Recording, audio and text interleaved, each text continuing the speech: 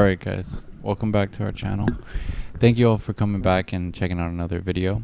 We hope all of you have been doing well. What number are we at? We're at 217 today. Cool.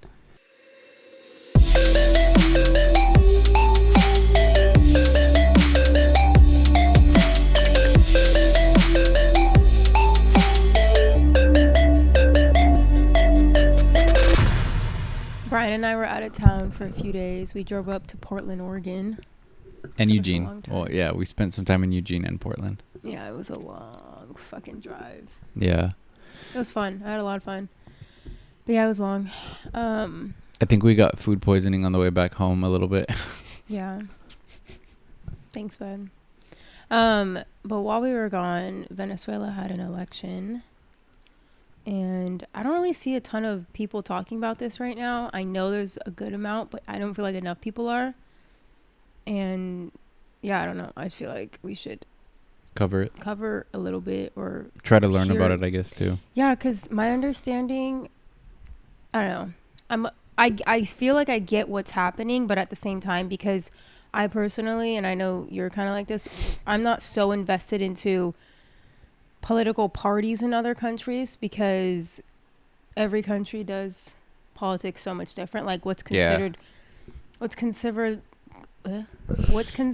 right-winged here may not be the same thing elsewhere.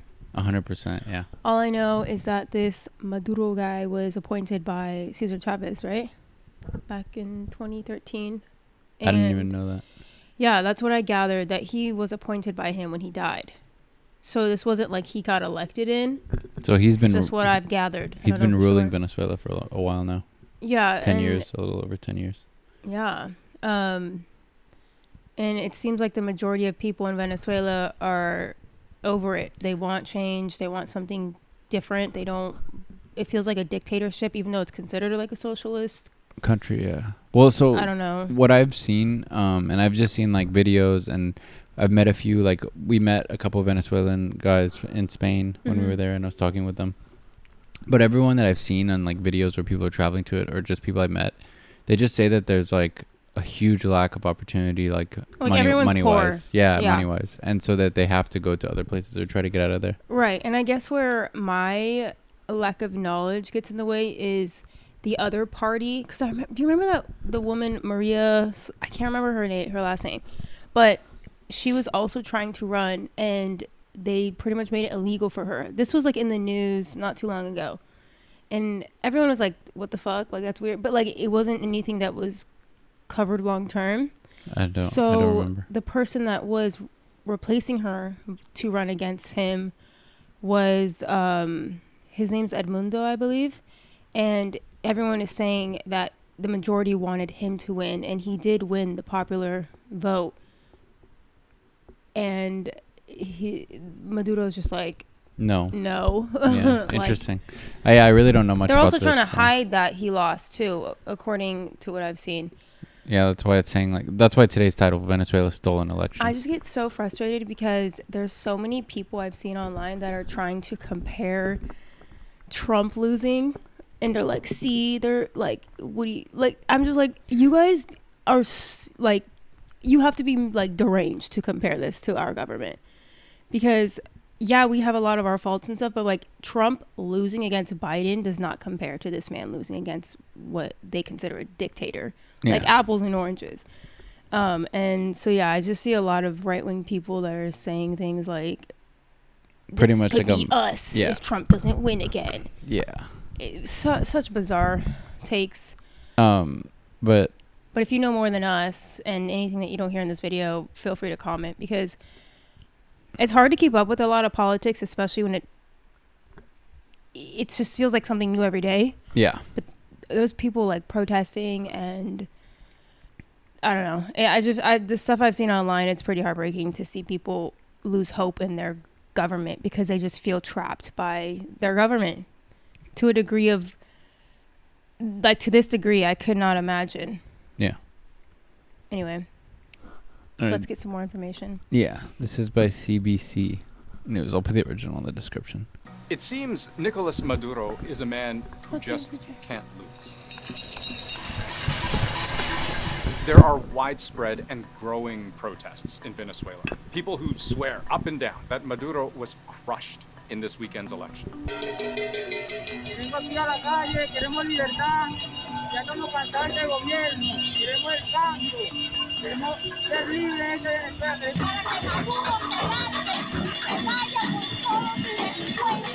y eso da mucha tristeza. ¿Por qué le da mucha tristeza? Porque por lo menos ya los familiares de uno están pensando en irse. 3 separate Venezuelan polling firms had him far behind this month. He's the runner-up in each case here, sometimes only barely ahead of not sure. And on election night Sunday, the opposition said their man had won with more than 70% of the vote. Damn. But in an authoritarian country like Venezuela, that's not enough. The Maduro-controlled National Election Authority declared him the winner with 51%. 51%. 51%. 51%, just barely a majority. Virtually every state apparatus in Venezuela is controlled by Maduro's party. And It's a bizarre thing to do, to say like, not only did I win, but I won by 1%. Like, it's just obvious. You didn't It's really win. weird. its head elections authority has made it very clear Nicolas Maduro won, just like he won in 2018 and just like he won in 2013. But many world leaders, Chile, Mexico, Uruguay, Argentina, Peru, Costa Rica, they reacted the way the United States reacted. We have serious concerns that the result announced does not reflect the will or the votes of the Venezuelan people. The will This is where it gets messy, because you see someone like Blinken saying this and you're like, okay, well, you know, Yeah. like, I don't fuck with him. So it kind of feels like, you know, your enemy of your enemy is not your friend. And I don't think a lot of people remember that, just because someone we don't like. or the votes. That's about as close as Blinken could possibly have gotten to saying this election was rigged. Let's explore how and what it would take to reverse the outcome. It was clear from the start this would not be a free or fair election. I don't think anyone was ever under the impression that these were going to be free and fair elections. The question, I think, up until last night was what other steps the government might be willing to take to make these elections less free or less fair. The opposition leader, Maria Corina Machado, was That's what I was talking barred about. Got it. from running at all. That ruling came from the country's Supreme Court, which That I is- remember. I remember when this happened. That's People so were- weird, People were though. like, "What the fuck? Like, is Why? it because she's a woman?" I'm not sure. I didn't. It was very much surface level headlines that I saw, and then that was it. I didn't hear Yeah. anything after that. stacked with Maduro loyalists. That's she still insane. tried to campaign for her replacement, Edmundo Gonzalez, but on her travels, she would find highways and gas stations mysteriously closed along her route. There's just this constant sort of trickle of harassment. I mean, everything from bus drivers to taxi drivers to restaurant workers to roadside stand, sellers that attended to her have been harassed and arrested. And it wasn't just That's Machado. crazy. Her staff was targeted too. More than 70 opposition campaign workers arrested just since the start of the campaign a few Damn. weeks ago, according to one human rights group. But Machado pressed on. Pretty sure they're trying to arrest her right now. And the setbacks continued. Closer to election day, Venezuela revoked an invitation to EU election observers to monitor the election. Maduro, angry about international sanctions, called those observers not worthy. And on the day itself, the opposition said its witnesses were denied access to the headquarters where votes were being counted. Only a small group of observers were allowed at all, some of whom are now calling on the government to release polling station level results, which it has so far refused to do. For some reason, they're not publishing that data, and of course, that does not look good. The end result? Damn. 51% of the vote for Nicolas Maduro, just 44% of the vote for his opponent, Edmundo. I could be wrong, but this was filmed 24 hours ago? Yeah. Or posted. What I've seen today, it shows that the opposition did post what they gathered, and they're saying it was like over 70%. For the opposition of Maduro. Yes. Yeah. For Edmundo, yeah. That's insane. Gonzalez, who would later tell his supporters, Venezuelans and the entire world know what happened. This was devastating for those who thought... This just makes me think, though, because imagine 30, 40 years ago, this would happen all the time, but you don't have social media to, like, call out these people that are doing this. So it would just move past it really quick, and, like, it would just be a thing of the past. These people are so used to that that they think they could just say what they want and it gets swept under the rug. That's wild, yeah.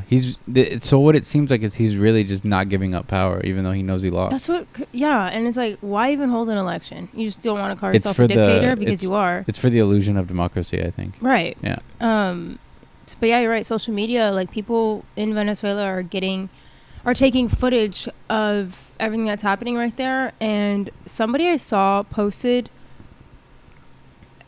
people on her team getting kidnapped. I don't know if it's real. I don't know if it's true. But there's tons of Venezuelans that are, like, commenting and living there and are saying, like, this is what's happening. That's Look, wild. yeah. That's insane. So I don't know. In my brain, I would rather listen to the people there experiencing it than... Yeah, that makes sense. Our politicians even. Yeah. Or other. Because they're the ones on the front line of it. Yeah, and even though our government is opposed to this and are calling out the election, we also have our own agendas too. So it could, we don't know if it's for the right purpose, but still. Yeah.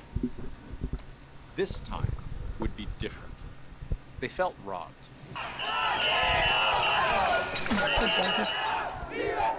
Yeah, this is stuff I saw. And it's important to underline how desperate for change many people are from life under Maduro.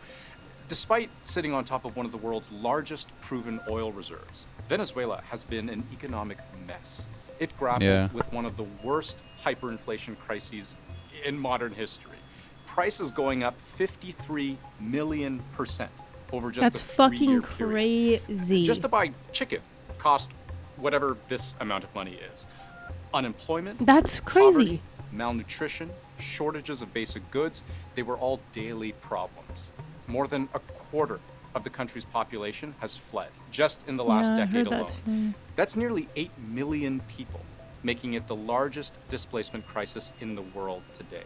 The country has changed since the last elections, and the opposition wants to win so that the Venezuelans that have left can come back.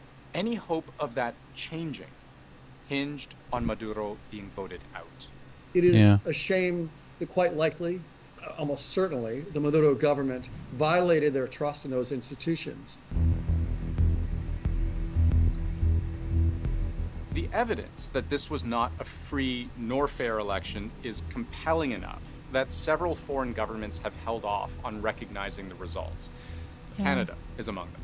Canada, like many of our other allies, like many of the world's democracies, has serious concerns. The White House said it wants Venezuelan officials to publish a full, detailed tabulation of votes. You heard the U.S. Secretary of State earlier. It's critical that every vote be counted fairly and transparently. And there has been a parade of world leaders speaking out against Maduro's supposed win. Lo acontecido el día de ayer, un avasallamiento sobre el sistema democrático libre, abierto y transparente. Tienen que ser verificadas por veedores internacionales no dependientes del gobierno. Llevado a cabo y perpetrado el dictador Nicolás Maduro no es ni más ni menos que una victoria pírrica. But can any of Maduro's momentum be stopped?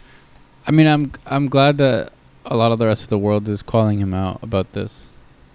I would say the majority of the world is not taking this as a real election. They're just that's what I'm like, saying. Okay. They sense it's obvious that it's fraud. Yeah. Yeah. It sucks because you have everyone. I don't know. In my head, I'm like, the majority are saying they want someone new. They want a change. But he has probably his ego that he doesn't want to leave. And right. He's like, and whether you agree with why other countries want a new person as well, or whether you agree with their policies in general, or like their politics in general, the opposition, at the end of the day, they should be listening to what the fuck the people want. Well, yeah. That's all it should come down to. If you're going to call yourself a democratic country, yeah. Yeah, right. That's a hard question. He has the firm backing of the military. The legal system rules consistently in the government's favor. The legislature, it's very scaled back. Maduro's government actually established a parallel lawmaking body stacked with his own supporters, which legally overrides the country's national That's assembly. crazy. The media, How? the economy, the country's oil reserves, Probably all money. state-controlled. Within Venezuela, I don't think that there's any recourse, other than showing this fraud, people in the street, and the pressure of the international community. Foreign governments can impose sanctions, which they did in 2018 when all of this happened before. Nicolas Maduro's been re-elected as president. His supporters were quick to celebrate. Back then, the Trump administration called it a sham election, and it immediately barred U.S. companies from buying Venezuelan debt. But a day later, Maduro's government expelled 2 top American diplomats, saying the empire doesn't dominate us here. It can do this because it has friends in high places. As Venezuela's ties to the West have weakened, it has forged new and stronger connections with Russia and China. Vladimir Putin has already congratulated Maduro on his victory and has promised to deepen ties, leaving the world to wonder, what would it take to unseat a leader who, by the end of this newest term, will have been in power for nearly 20 years in a country under single-party rule for more than 30? I think that there are a number of factors that we can look at right now that are different and distinct from what we've seen in the past. One of those being popular sectors, lower and working class sectors, really pouring out in support of the opposition, which we have not seen before. And that could result in a different type of pressure that we haven't seen in the past, both for material reasons and ideological reasons. We don't know how this story, the uncertainty, will end. It's unfolding as we speak. The election result has set this city alight. Police, the armed forces, tasked with defending the result. But Maduro's critics do believe there's reason to be hopeful because, they say, look at what happened. Voters came out in droves. They lined up for hours. They spoke with their ballots, largely peacefully, and they say they won the election. That's not nothing, even if the official results say otherwise. Let's read some of the comments. I'm just curious what you were saying. Okay. Comments are off. Never mind. Let me see. Hold on. So, yeah. I mean, this is the same topic, pretty much. So, wait. Comments are off. Wow, a lot of places the comments are off. It's okay. Here we go. It's not who votes, it's who counts the votes. Facts. You can vote in socialism, but you have to fight your way out of it.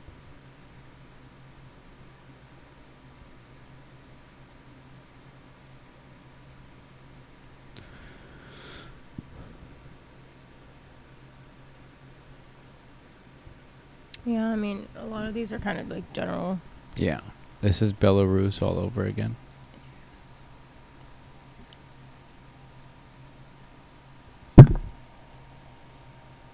I hope Americans are taking note. I hate when people say that. Like, enough. Taking note of what? Vote Trump 2024. Stop the crazy. That's what I'm saying. It's fucking annoying. It's not everything needs to come back to fucking Trump.